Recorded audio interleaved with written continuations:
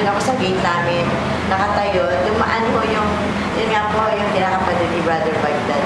Binigyan niya ako ng leaflets. Nabasa ko yun. So, agad-agad yung the next Wednesday, umattend ako ng seminar. So, hindi po ako ganito noon na lumakad. Yung dalawang daliri po ng paa ko, talagang hindi ko naghihilom yung sugat kahit na betadine. Nag-i-insulin pa ako before. Uncontrolled yung sugar ko.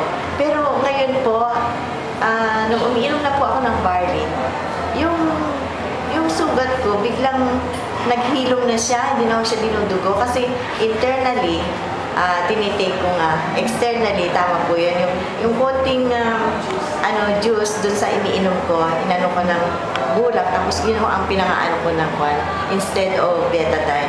So, yung kinabukasan, nagtaka ako, para bang nag-ano siya, nag-close yung sugat, hindi na nagdudugo.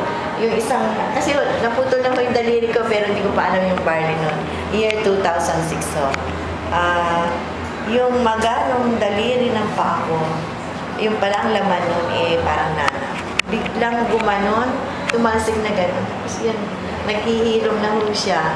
Hindi na po, yung natanggal na yung parang pinakalan. So ngayon ho, nakakalakad na ako maigi. And then, ayun. Before, ngayon hindi na po ako nag-insulin. Wala na akong gamot, na-stop ko na.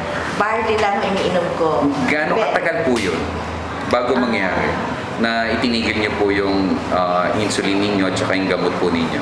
Nung nag-start na po ako uminom ng green barley, tinigil niyo na po agad? Tinigil ko na kasi masakit ng injection. Okay. Ikaw mismo mag-inject. Pero wala naman po kayong naramdaman na kakaiba or parang nanghina kayo or ano? Dati po nahihilo ako even na nag-i-inject ako. Okay.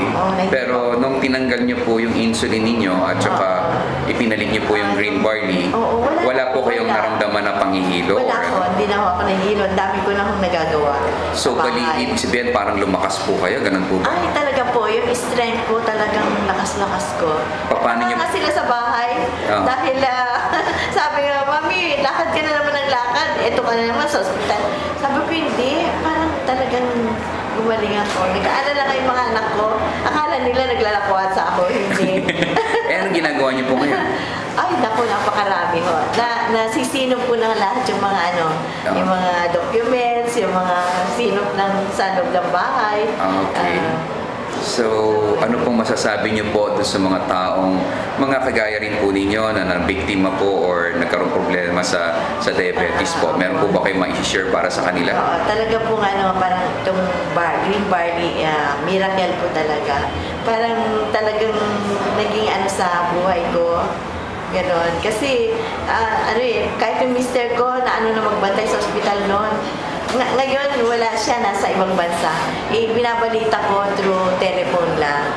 Sige. Tapos, na-share ko na po ito sa mga asawa ng kasamahan ng mister ko. Napadala na rin po sa Libya yun. Meron na umiinom. Okay, so thank you very much po. Thank you very much po.